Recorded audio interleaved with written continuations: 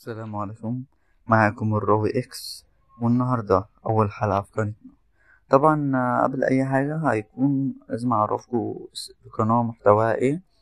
القناة هتكون متقسمة لثلاث سلاسل. السلسلة الاولى هتكون قصص خيالية من دماغي، والسلسلة التانية هتكون قصص حقيقية، والسلسلة التالتة هتكون مواقف حصلت، مش شرط تكون رعب، ممكن تكون مواقف عادية، يعني حصل في يومي كذا مثلا.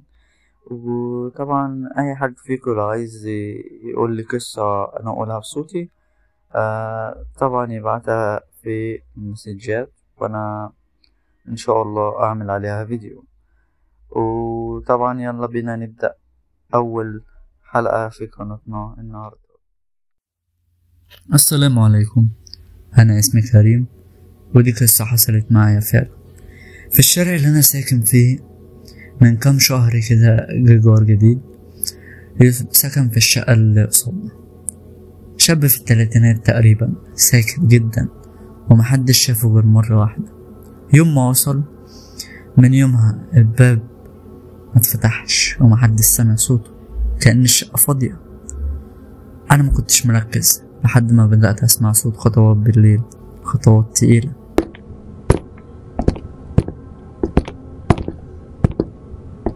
تبدأ كل يوم في نفس الوقت الساعة 2:30.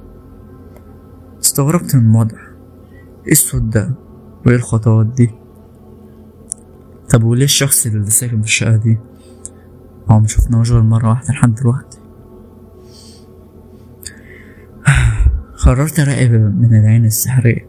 لقيت الباب مقفول والنور مطفي، بس الخطوات مستمرة.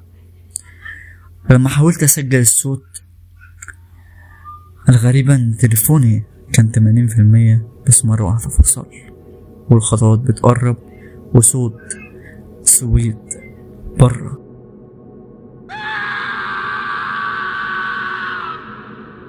انا خفت من الموقف، استغربت وايه اللي بيحصل ده.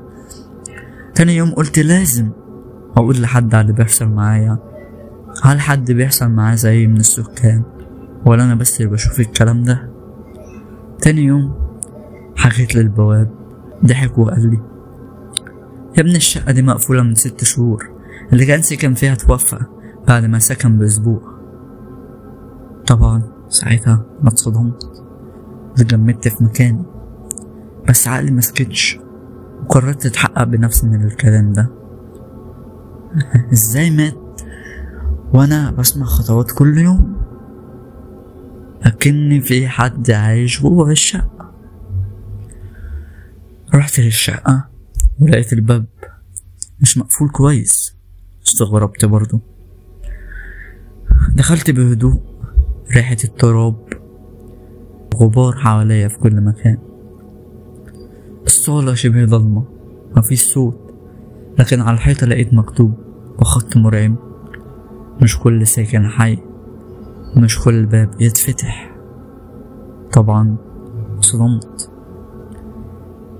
يعني ايه مش كل ساكن حي ومش كل باب يتفتح؟ ومن ساعتها وانا كل يوم الساعة 2:30 بسمع صوت حد بيخبط على بابي.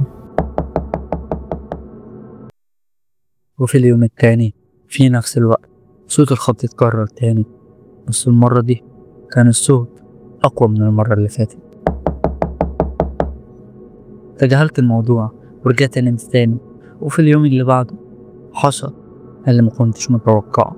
سمعت صوت الباب بيتفتح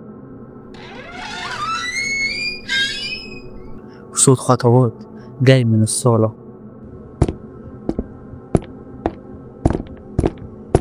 قمت بسرعة أشوف في إيه وإيه الصوت اللي بره، لكن الغريب إني ملقتش حاجة. قفلت الباب أكن مفيش حاجة حصل ودخلت أنام تاني. بس حلمت بحاجة غريبة، شفت نفسي في المقابر. الدنيا كانت ضلمة جدا، مكنتش شايف حاجة غير نور خافت، وست واقفة قدام باب المقبرة بتنادي باسمي وشاورت ليا يمنة المقبرة واختفت. رحت يمنة المقبرة بسرعة أشوف في إيه ومن الست دي. ولما رحت هناك سمعت صوت خبط جاي من جوه المقبرة.